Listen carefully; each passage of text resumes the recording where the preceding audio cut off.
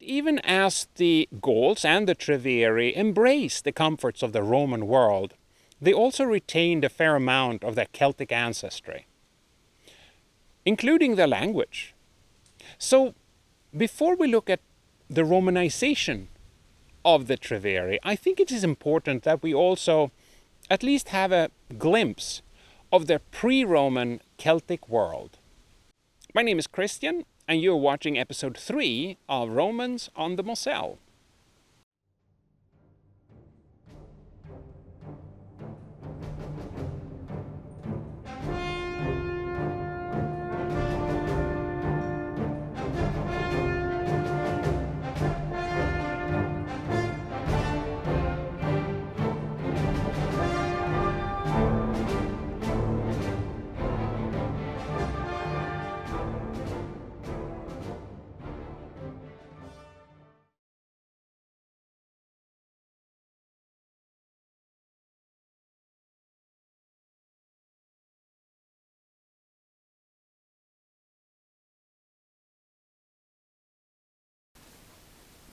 According to Caesar, the land of the Treveri extended from the river Meuse in the west to the Rhine in the east.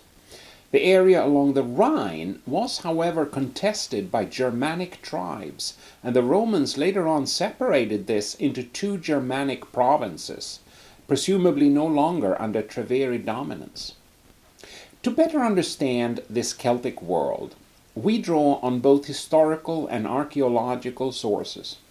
Important here is a visit to the main proto-urban settlement of the Treveri, the Titelberg Oppidum, located in the southwest corner of modern Luxembourg. We get the word Oppidum from Julius Caesar. He came across a few in his dealings with the Gauls. Oppida were fortified hilltop settlements with a distinct urban character. Inside their defensive walls, you would find a neatly organized mixture of residential, economic, political, and religious functions. Titelberg was around a kilometer in length, situated on top of a defendable hill with steep slopes all around. The location was of course chosen in part for this reason, but there was also an economic rationale. The hill had rich iron ore deposits, difficult to transport, and which therefore need to be processed at the source. Titelberg is also surrounded by a rich agricultural area to feed the larger population living and working at the Oppidum. A final advantage of the location was that Titelberg stood at the intersection of important Gallic roads, one from the south and one from the west, thus connecting it with the rest of the Gallic world. The Titelberg Oppidum consists of several different components. First, we have the big defensive wall surrounding it, with two gates at each end, a central road connecting the two gates, and along this road the different districts of the Oppidum are lined up. In the center is the main residential and artisanal area. Separated from this by a deep trench is the so-called public space in the east, dedicated to political and religious events and occasional trade fairs. And then at the northern end, archaeologists have found evidence of a dedicated commercial area for Roman traders. So let's have a closer look. Starting with the fortifications, when we stroll through this landscape, there are few visible traces left, nature having completely taken over the remains. So to get a better idea of what these walls looked like, we need to visit Luxembourg's exquisite National Museum of Art and History, where the archaeological findings are presented. The Celts had their own way of building fortifications, well adapted to the muddy and wooded Gallic landscape. Over the centuries, these walls had crumbled and been rebuilt several times, presumably mirroring the ups and downs of the Oppidum's fortunes. This miniature shows the final version, built during the Oppidum's heyday in the 1st century BCE, still in place at the time of the Roman conquest. Standing 6 meters tall and completely surrounding the 45-hectare Oppidum, the wall was more than 2.5 kilometers in length. It would have taken several thousand workers to build it. It was built using the classic Murus Gallicus technique, also described by Julius Caesar in his commentaries on the Gallic Wars.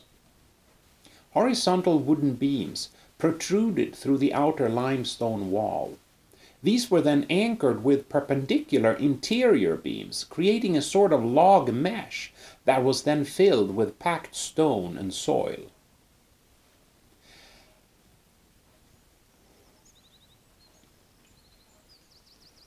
This design created a sloping ramp from which the defenders could hurl spears and arrows at an attacker from an elevated position. Caesar himself was quite impressed with these Gallic forts. They were not unsightly in appearance, while eminently suitable for defense, since the stone protects from fire and the timber from battery. In other words, quite challenging to overcome, even for the Romans.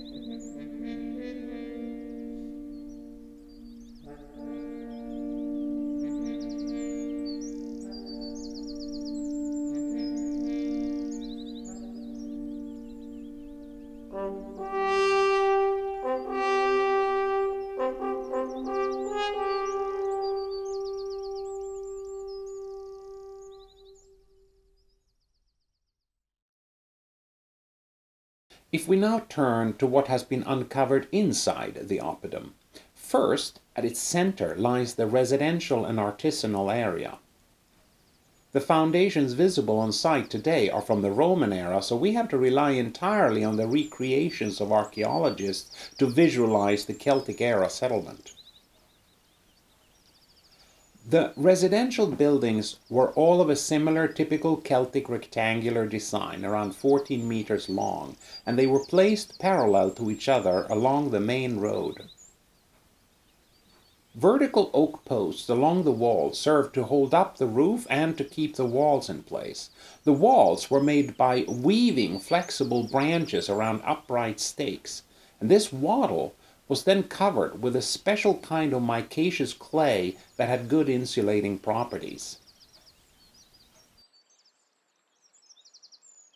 While nothing at Titelberg has been reconstructed on site at full scale, I visited a somewhat similar Celtic settlement not too far away at Altburg in Germany, just to get the flavor.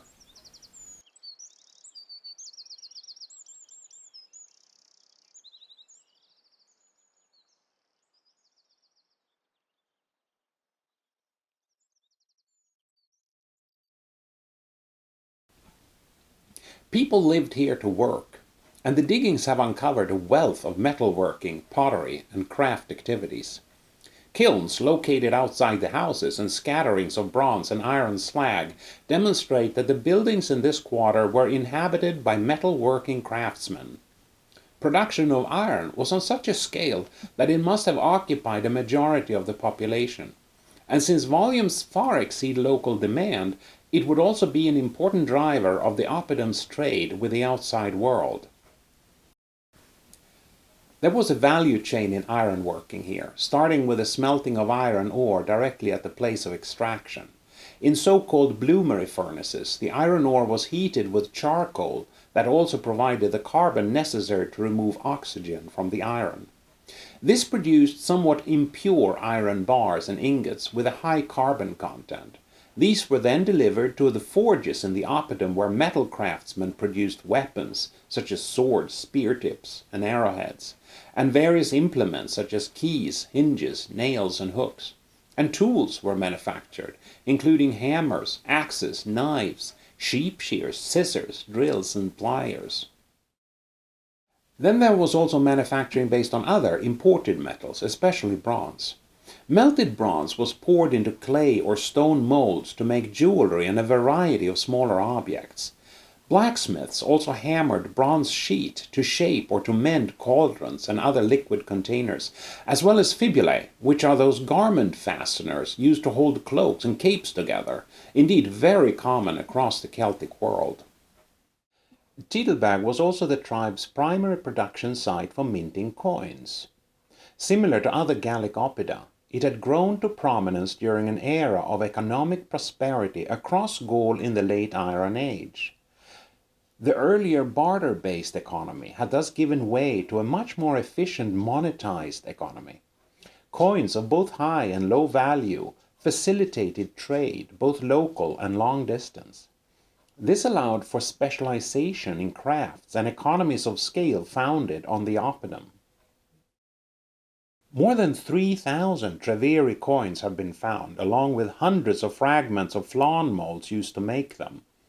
Flaens were essentially blank coins without any print. In a second stage, they were then stamped with an engraved die to give them the desired imprint. Treveri coins had quite beautiful imagery, full of symbolism associated with a tribal narrative.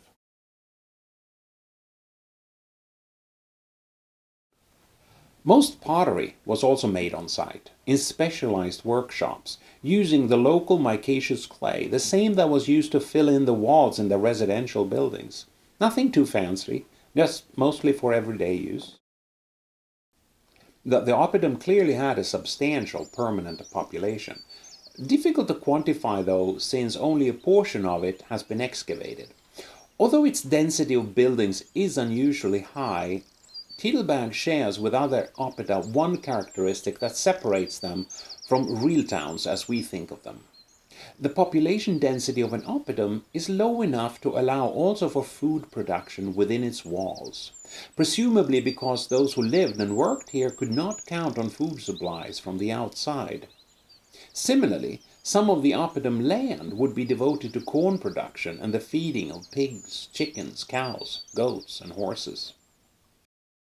Diggings from inside the residential buildings have uncovered traces of domestic activities common to the Celtic world, such as spinning, weaving, and the grinding of grain.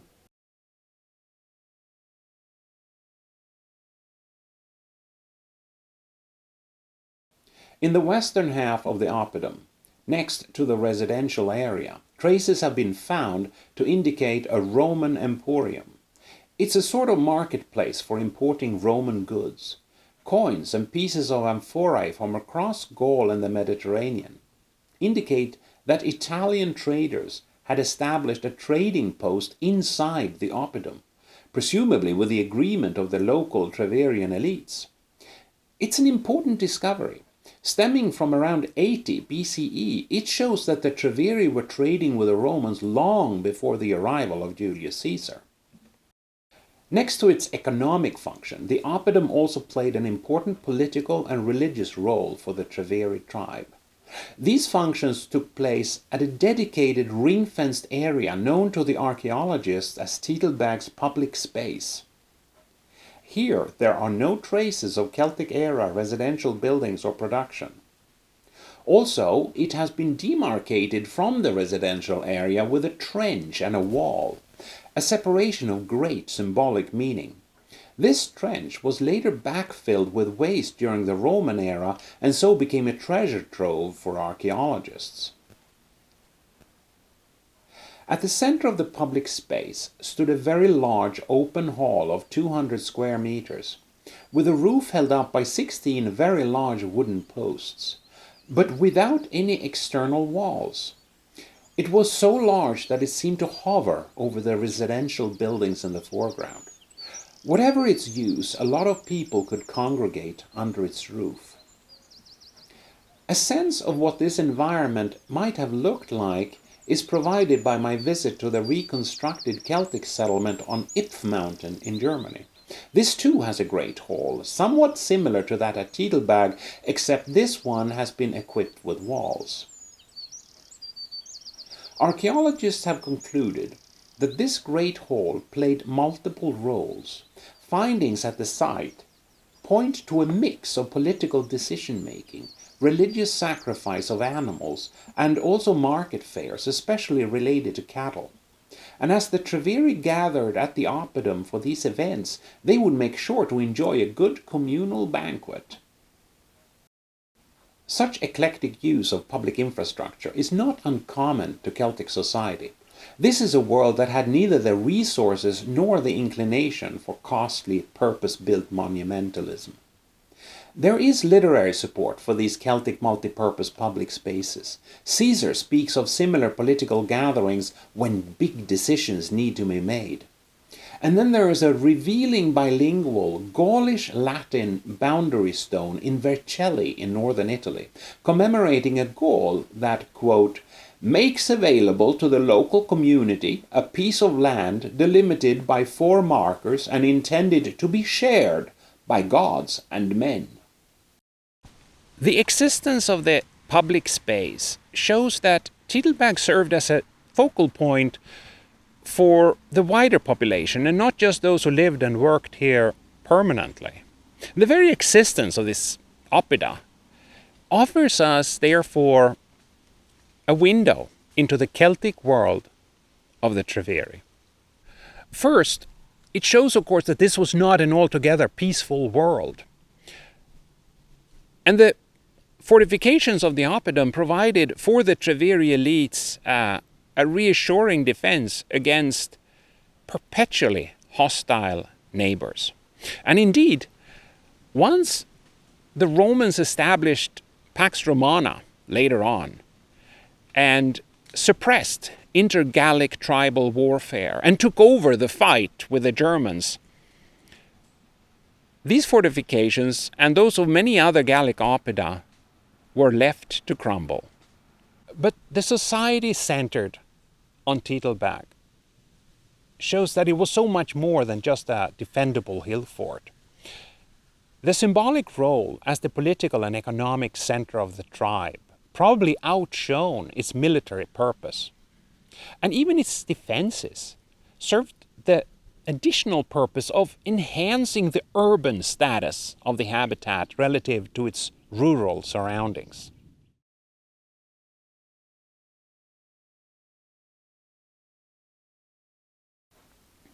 So let's broaden our view a bit beyond that of the Oppidum.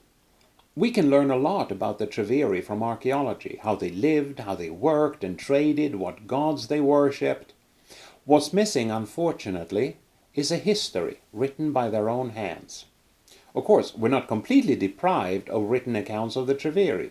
We have a few by the Romans. We just have to be a bit careful in the interpretation. Their accounts could be a bit self-serving. One helpful description by Caesar of Gallic leadership in general, presumably applicable also to the Treveri, emphasizes their hierarchical structure with powerful chieftains leading rival factions, often centered around powerful aristocratic families. The importance of honor and lineage implies that personal loyalty to powerful clan leaders was critical in a society with limited formal political institutions. The Treveri was one of many northern Gallic tribes that the Romans later on lumped together into the province of Gallia Belgica, or Belgic Gaul. The Romans learned during the Gallic Wars that the Belgae were formidable warriors, but also saw them as less civilized. After all, the southern Gauls had been in close contact with the civilizing Greek and Roman world for a very long time.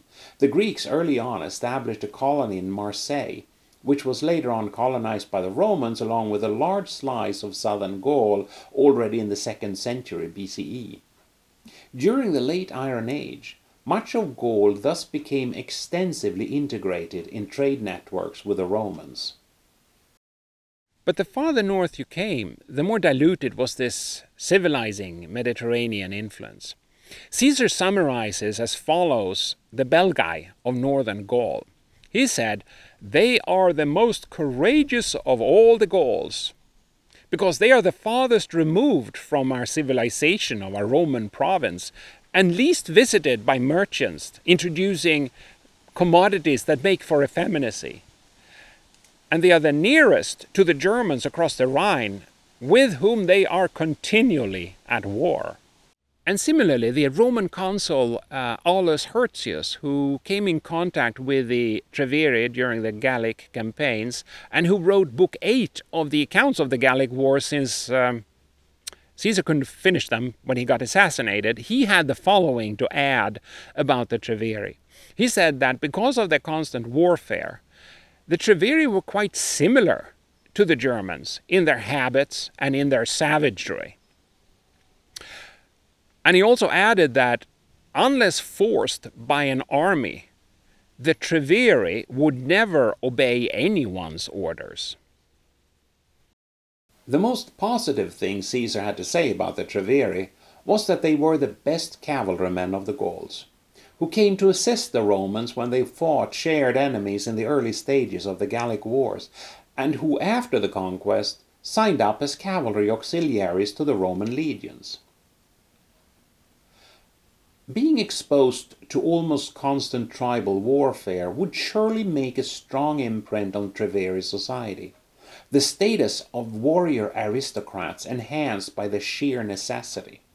Such ideals are also reflected by the presence of military symbols found in some Treveri graves, including two-wheeled chariots, spurs, knives, lances, and even a Roman gladius.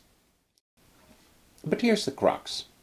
Treveri society was in the process of continuous transformation in the late Iron Age. The economic center of Titelbag, together with an evolution in grave contents in the region surrounding it, suggests the gradual rise of a different kind of tribal elites. The graves of warrior aristocrats, with their martial symbolism, tend to occur a bit earlier and a bit further removed from this urban center. As we approach the Roman era, graves connected to the Titelberg elites are more likely to be filled with symbols of economic status, including objects related to iron ore wealth and Mediterranean luxury imports such as wine amphorae, oil lanterns, metal tableware, bronze basins, and Campanian ceramic lamps. Symbols of the Mediterranean banquet were replacing those of the warrior aristocrat in the funerals of the Treveri elite. This was an iron-making and land-owning economic aristocracy already steeped in classical civilization. And they are the ones that would soon lead the Treveri in the process of Romanization and their states' incorporation with the Roman Empire. After all, land ownership, well, that was something that the Romans understood and respected. As the Roman historian Tacitus has mentioned, the Treveri boasted of their Germanic ancestry, but in truth, this ancestry must be going a few generations back, because the Treveri spoke a Celtic language and they shared a lot of cultural traits with the rest of Gaul. The Romans, they scoffed at some Belgae and Germanic tribes who refused to trade, and who even refused to drink wine out of fear that it would weaken their character. Well, the Treveri did trade, and they did drink wine.